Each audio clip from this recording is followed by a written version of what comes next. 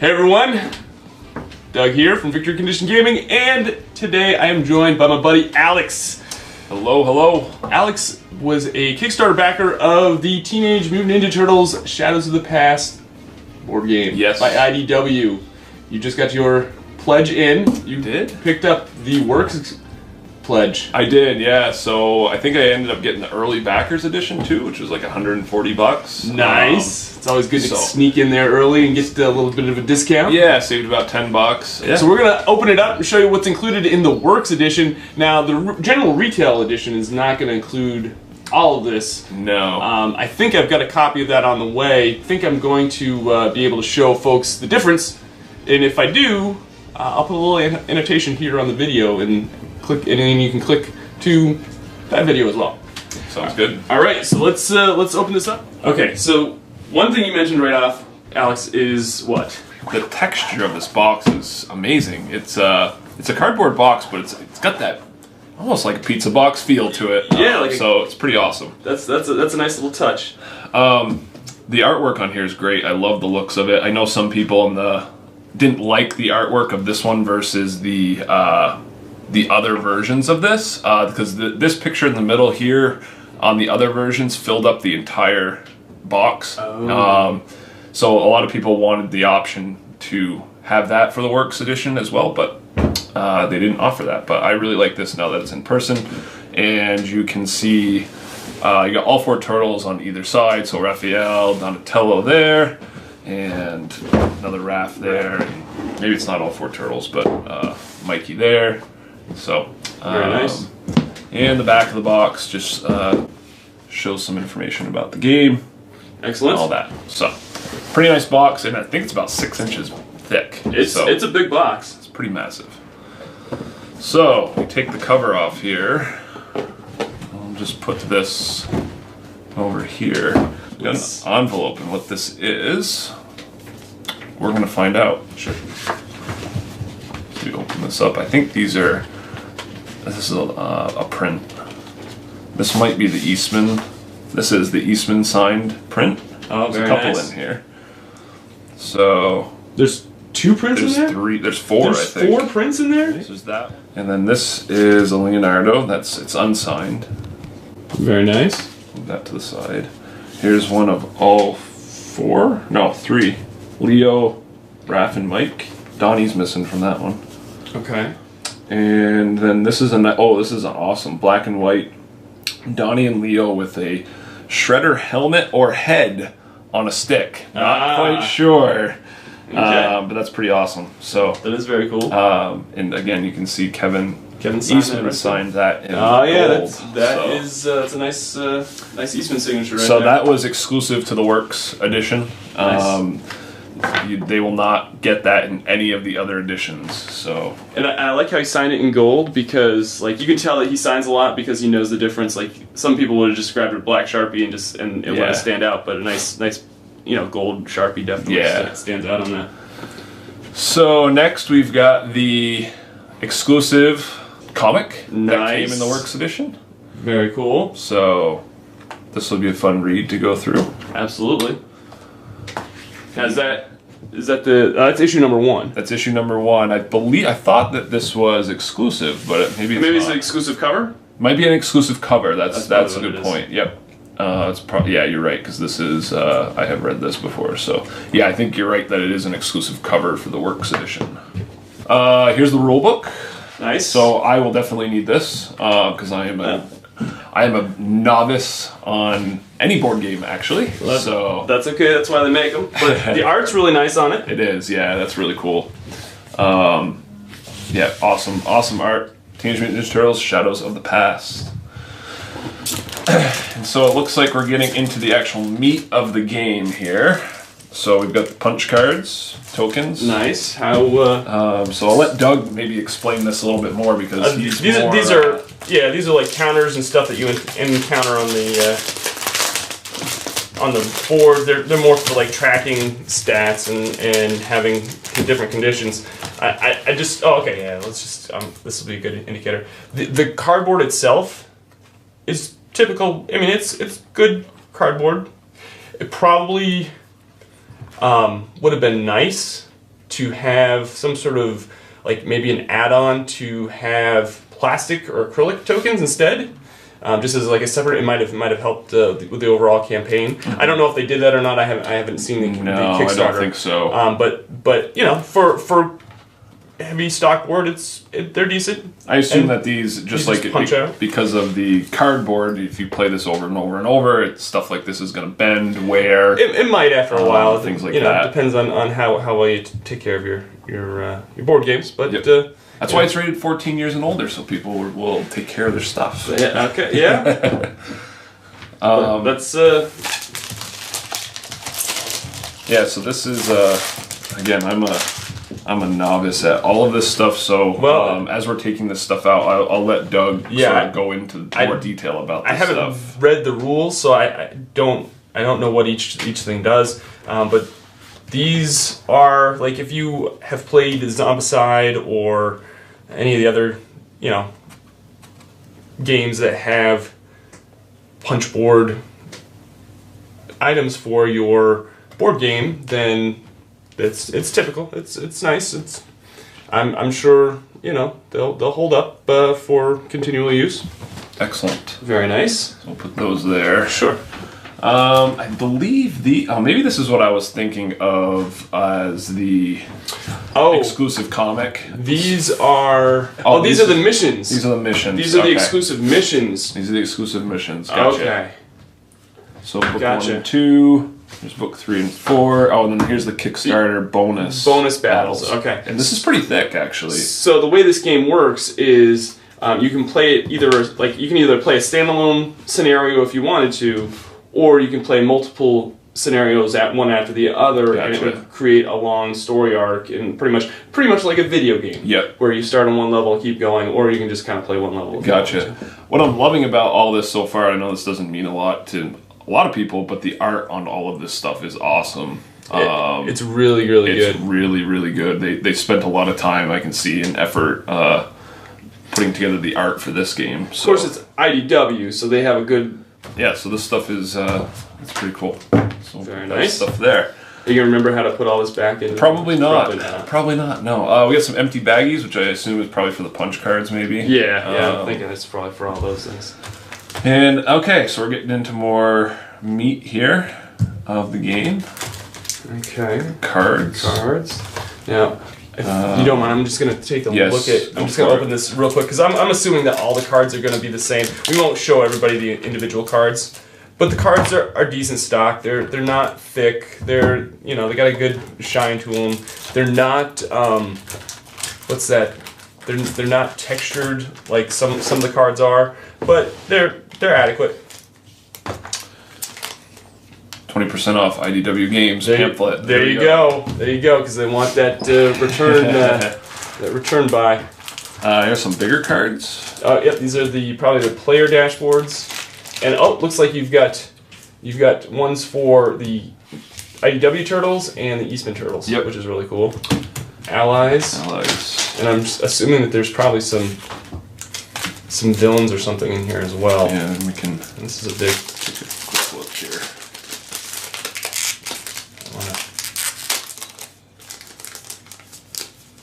Oh, you got Splinter. Oh yeah, Ultimate Shredder. Okay. And Mausers. So yeah, there's. Just because we don't want to. Just for the interest of time, we won't show everybody the individual cards. Then the dice. Now the dice. Let's take. I love dice. Tons of dice here. This almost had me back in the game, to be honest with you, just because of the dice game.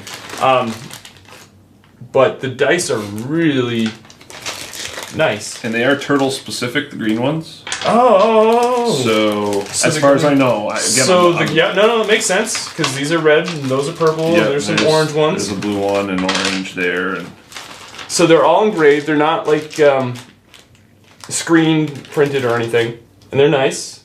Yep, I think these will hold up really nice. They have a nice little roll to them, and then you got what's 4 for each turtle, and then you got 2, 3, 4, 5, 6, 7 for the 8 for the defense dice. Yep. Nice. That's not bad. Do you know what those are? I do not. No, I'm sorry. Again, No, that's okay. Novice here at these board games here, but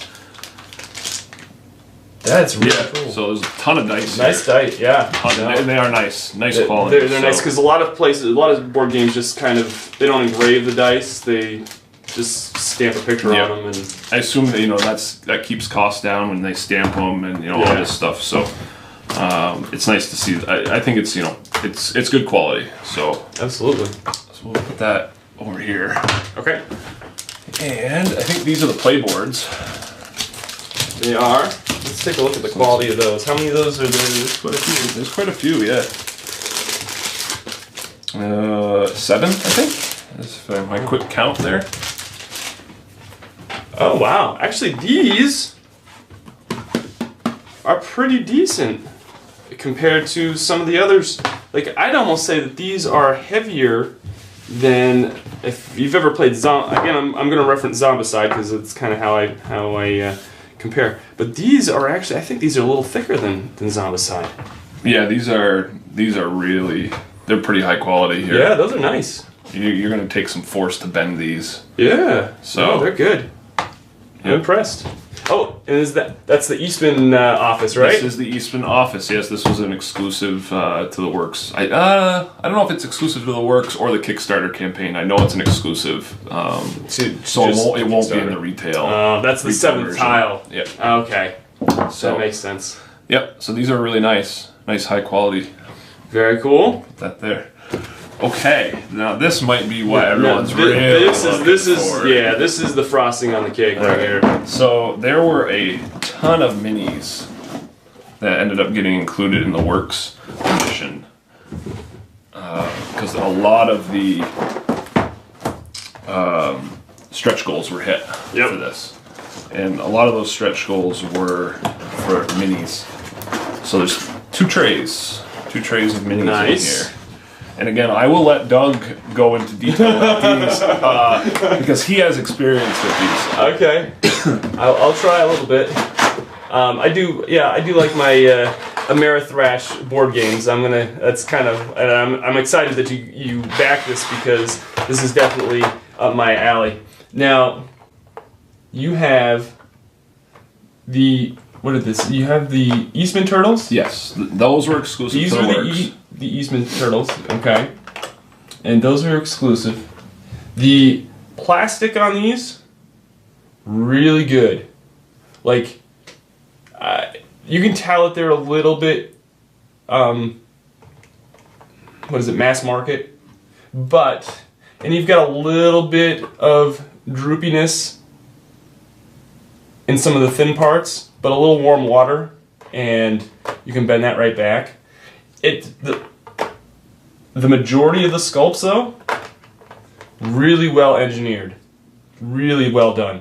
Like they're heavy. I mean, I don't want to, but they're not going to break. I think, except for actually even the Casey Jones is pretty good. His hockey stick is nice and even. I gotta say, not having anything to reference this next to, this shredder is awesome. It's got a lot of heft to it. It's got some nice detail. That's exactly what it is. It's probably not as detailed as some miniatures board games, but it's right up there. And there's some, I mean, you can kind of see where the mold lines are a little bit, but if you were into painting, it wouldn't take too much to paint these. Here's an exclusive Bebop. Nice. That was a stretch goal, and Rocksteady's in here somewhere. Now, are they going to... They're probably going to... there's Rocksteady right there. Rocksteady, yep. Now, they're going to issue those in mass market, I would assume. Just not those sculpts. Not these sculpts, right. Yep.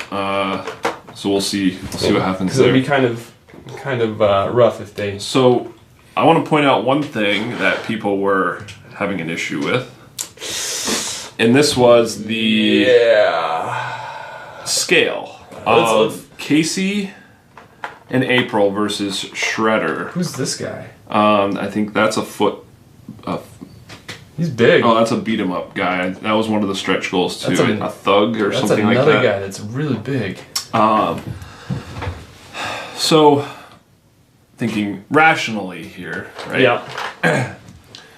they're all humans, right? Mm-hmm. Now, Shredder is always known as larger than life because of his armor and everything, but if you see him in every iteration, he's a big guy, but he's not like a 7-foot tall, Right. 350 pounder. He's a good sized guy. April, she's got a little height to her here, but she's very thin and rail, skinny. Right. Casey's kind of the same. He's got a little bigger bulk to him, but for me, I think for me it's okay. I'm not disappointed with it. I think you don't want, in this iteration, they're not kids or they're not teenagers, so they're adults. So they need to look like adults. In my opinion, but maybe I'm thinking too rationally here. No. I think you're okay. There is a little bit of a size issue. I mean, if it bothers some people, then yeah. And these Mouser droids, they're big. The Mousers are a little big, but I can see how they'd want to keep them, a decent heft, so they are engineered properly. Well, and I would think if you went smaller with these, it just wouldn't look right. It would be, it would probably be a lot more difficult to engineer something like that and have enough detail in it to make it look good. Right. And it's good that they didn't make those just tokens like on the punch boards. Yeah. So I mean, there's 15 Mousers. Nice. Which is pretty cool. And there's a ton of footbots too. 6, 12, 18, I think. Footbots is what I'm counting quickly here. Now, the IDW Turtles are the ones that are going to come in the mass set. Yes. Or the mass box. The sculpts are pretty good. The one that I kind of have an issue with is the Leo. Okay. Like, I just don't like how he's on his knee. Yep. For some, like, that just... I think if you're playing a board game and you want to show fighting action, you kind of want them all... I mean... let's compare... So here's the Leo... Here's the Eastman Leo... for comparison, which is a much better pose, I think. Even though he's only got one of his katanas in his hand. Yeah. It's a much better pose. Yeah, I think so too. Yeah, and I would agree with you on that. I think he looks more. I mean, he's more muscly too. Yeah. Do you think it was worth it for your pledge level? Yeah, I think so. I think $140. Look at there's a lot of content here, a lot of good stuff. I love the art. I really like the minis. I think they're good quality. Of course, I don't have anything to compare it to in other games. But for me, being a Turtles fanboy, I guess you could say. Ultimate Turtles fanboy. Yes. I'm going to get a lot of enjoyment out of this. I'm going to get to learn a new game. And maybe it'll get me into the board game scene a little bit more. So, or actually for the first time, I guess. Yeah. So I'm looking forward to this. We'll play it together. I'm excited to see if we can feature it on our channel. I think we can. I think I'll probably get rocked. No. Because I don't know a thing about these games. So I know there are a lot of strategy involved in it. So evidently you have not watched my channel, because the person that usually gets rocked is this guy here. Well then, hopefully we're not on the same team. Yeah, that's true. That's true. So.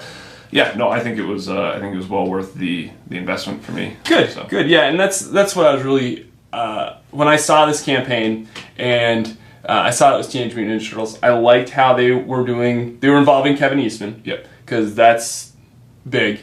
I liked how they made the game pretty entry level for new board gamers, and I think there's enough meat here for existing board gamers in the hobby. Now, is this going to be, it's not going to be Twilight Imperium or anything, but it's going to be a fun game. There's lots of dice, there's lots of minis. If you like those types of games, then this is definitely one you're probably going to want to pick up, even just the mass market version itself. So, but yeah, we'll have to feature it on the channel at some point, and hopefully we can play some Ninja Turtles and stomp some foot. Let's do it. All right. So yeah, Alex, thanks for coming on and showing us your all the content that you got, and yeah. Thank you, Doug. Appreciate it. No problem. Anytime we can get more Turtles content on the channel, I'm down for it. And who better to provide that Turtles content than my man Alex right here. Oh, thank you very much. I appreciate the invite, and look forward to more in the future. All right. Folks, thanks so much for watching. If you like this video, please give us a thumbs up. If you haven't subscribed to the channel, please subscribe. If you're a Teenage Mutant Ninja Turtle fan, we've got more content headed your way. So stay tuned, and we'll see you on the next video. Thanks. Bye. Bye.